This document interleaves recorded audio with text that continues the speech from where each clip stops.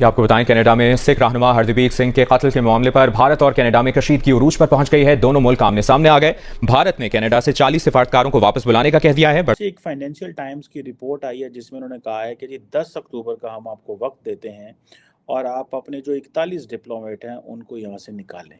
कि इंडिया ने कनाडा को ये धमकी दी है, ये थ्रेट किया है या ये कहा है कि अपने 41 डिप्लोमेट्स को रिपैट्रिएट करो। यानी इंडिया ने फैसला किया है कि कनाडा के 40 से ज़्यादा डिप्लोमेट्स को किक आउट कर दिया जाए इंडिया से। है आपको लगता है जितनी मुश्किलात उनकी इंटरनेशनल लेवल पे बढ़ती जा रही हैं, इवन अपने कंट्री में उन्हें जो है वो क्रिटिसिज्म का सामना करना पड़ रहा है, क्या वो कुछ हल की तरफ आएंगे? क्या वो माफी की तरफ आएंगे, अपनी गलती को मानेंगे और हालात को बेहतर करने की तरफ आएंगे? Well, the Indian government keeps repeating several things, that Canada is a safe haven for what India deems terrorist activity and that all of this is politically motivated. Jaishankar को इतने ज़्यादा सवालात किए गए अमेरिका के अंदर, कुछ खास निकला नहीं है। या अमेरिकन प्रेस बड़ी साइलेंट है। अमेरिकन प्रेस नॉर्मली बड़ा बोलती है, लेकिन अमेरिकन प्रेस में लगता है कोई तिड़-छिड़ नहीं रही, वरना जिस तरह वो सऊदी अरब के खिलाफ उठे थे। उनका केस और इंटरनेशनल कम्युनिटी में वीक हो चुका है आज। और मैं समझता हूं कि अच्छा, उसमें माफी मांगे ना मांगे, उनका पॉलिटिकल कैरियर ओवर हो चुका है। जस्टिन ट्रूडो मेरे ख्याल में ही won't be able to win the next election. हर बंदा यही कह रहा है कि जो वेस्ट है वो एक्सपोज हो गया है बिकॉज ऑफ कनाडा, और इंडिया ने जो असर्ट किया है उसकी जो असर्शन है उसको अमेरिकन ने ओन कर लिया है। और दूसरा, उन्होंने नुकसान पहुंचाया है सिख कम्युनिटी को। दूसरा नुकसान पहुंचाया उन्होंने हिंदू कम्युनिटी को। तीसरा नुकसान उन्होंने कनाडा में रहने वाली हर माइनॉरिटी को नुकसान पहुंचाया, उनके इमेज, अपने कंट्री के इमेज को नुकसान पहुंचाया। फाइनेंशियल टाइम्स की रिपोर्ट आई है जिसमें उन्होंने कहा है कि जी 10 अक्टूबर का हम आपको वक्त देते हैं और आप अपने जो 41 डिप्लोमेट हैं उनको यहाँ से निकालें। ये बहुत बड़ी डेवलपमेंट है। उसकी वजह ये है, जो मैं समझता हूँ, कि कनाडा का साथ वेस्टर्न ममालिक ने नहीं दिया। ये जितनी भी हम लफ्ज़ बोलते हैं ना, ये जो ग्रेट पावर्स, ठीक है जी, ये जो 4-5 हम नाम लेते हैं जी, ठीक है जी, इनमें से अमेरिका ने भी साथ नहीं दिया, जर्मनी ने भी नहीं दिया, चाइना ने तो वैसे नहीं देना था, जापान खामोश रहा, रशिया का तुक नहीं बनता था। ये सारे, और उसके बाद बरतानिया, ऑस्ट्रेलिया, सारे के सारे खामोश रहे। इसका मतलब ये है कि ये एक बहुत बहुत बहुत बड़ी जो है ना वो डेवलपमेंट है। 62 डिप्लोमेट्स हैं इंडिया के अंदर, कनाडा के।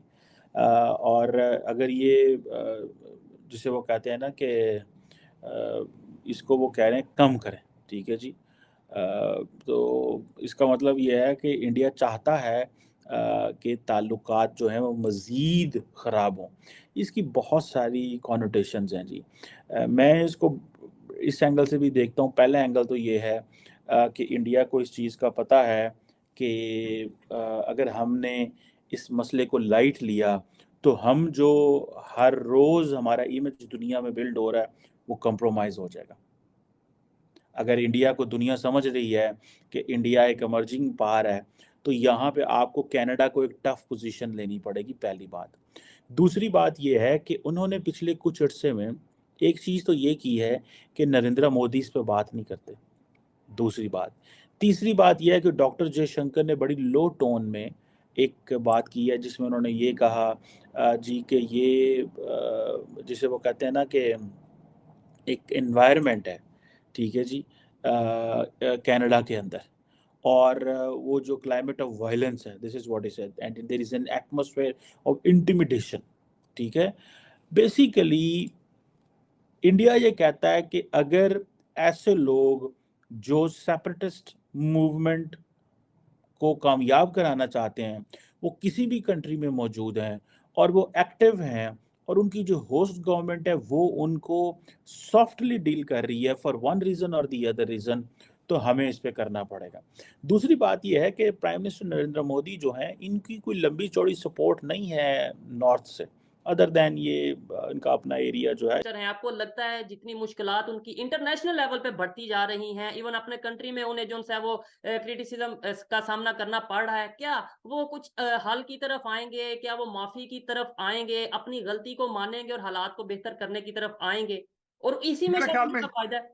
मेरे ख्याल में चोई साहब आज जो वहां के स्पीकर का रिजाइन था एंथनी रोका का, उसने ये प्रूव किया है पूरी दुनिया को कि दे आर नॉट सीरियस और they are not mature people. ये उनका केस और इंटरनेशनल कम्युनिटी में वीक हो चुका है आज। और मैं समझता हूं कि अच्छा उसमें माफी मांगे ना मांगे उनका पॉलिटिकल कैरियर ओवर हो चुका है। जस्टिन ट्रूडो मेरे ख्याल में ही won't be able to win the next election. और दूसरा उन्होंने नुकसान पहुंचाया है सिख कम्युनिटी को, दूसरा नुकसान पहुंचाया उन्होंने हिंदू कम्युनिटी को, तीसरा नुकसान उन्होंने कनाडा में रहने वाली हर माइनॉरिटी को नुकसान पहुंचाया, उनके इमेज, अपने कंट्री के इमेज को नुकसान पहुंचाया। बहुत अब खराब उसका अजाला किस तरह होगा? उसका अजाला कोई और नया लीडर, नया वजीर आजम आके करेगा, जो कनाडा का जो एक एतमाद था दुनिया के अंदर, जो उनका एक गुडविल थी, एक एतमाद था उनका, वो बहाल कोई नया बंदा ही करेगा। अब वो जस्टिन ट्रूडो के बस की बात नहीं है मेरे ख्याल।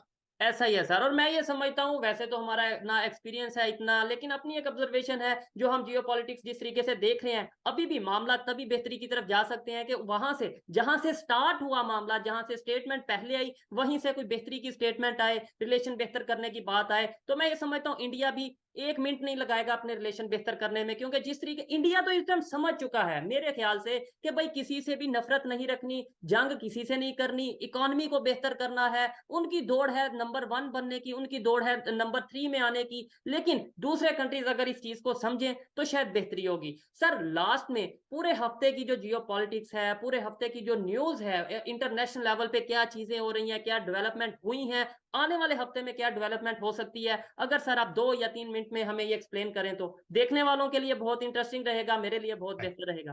तो सबसे बड़ी बात आज एक जो हुई है वो ये थी कि आज यूनाइटेड नेशन जनरल असेंबली का आखिरी इजलास था, और उसमें आखिरी इजलास के अंदर डॉक्टर जयशंकर साहब ने स्पीच दी है। मैं समझता हूं कि उन्होंने उनकी स्पीच सुनने वाली थी। ग्लोबल साउथ पे उन्होंने बात की है, विश्वामित्रा की उन्होंने बात की है, उन्होंने ब्रिक्स की बात की, उन्होंने क्वाड की बात की, I2U2 की बात की, और जो सबसे बड़ी बात उन्होंने ये की है कि 450 मिलियन लोगों को भारत के अंदर गुर्बत से ऊपर लाया गया। मैं समझता हूँ बहुत बड़ी अचीवमेंट है। अफ्रीकन यूनियन का जो G20 का इजलास था, अफ्रीकन यूनियन को जो G20 की मेंबरशिप दी गई है, वो बहुत बड़ी बात थी। आज उन्होंने सारी चीजों पर बात की। उन्होंने कहा किस तरीके से हम चाइना को काउंटर कर रहे हैं, जिस तरीके से नया जो उन्होंने जो एक प्लान दिया है, खासकर जो ट्रेड कॉरिडोर के बारे में, उसकी उन्होंने बात की। और जो अगली एक बात जो मैं इस वक्त आज जो भारत की सबसे बड़ी मैं समझता हूँ अचीवमेंट है, 90,000 स्टूडेंट को वीजा दिया गया है। ऐसा ही है, 90,000 स्टूडेंट को वीजा दिया गया। और इसकी बात किसने की है? एरिक गार्स्टी जो हमारा इस वक्त अमेरिकन एम्बेसडर है, उसने Indian institute of technology Bharat के अंदर।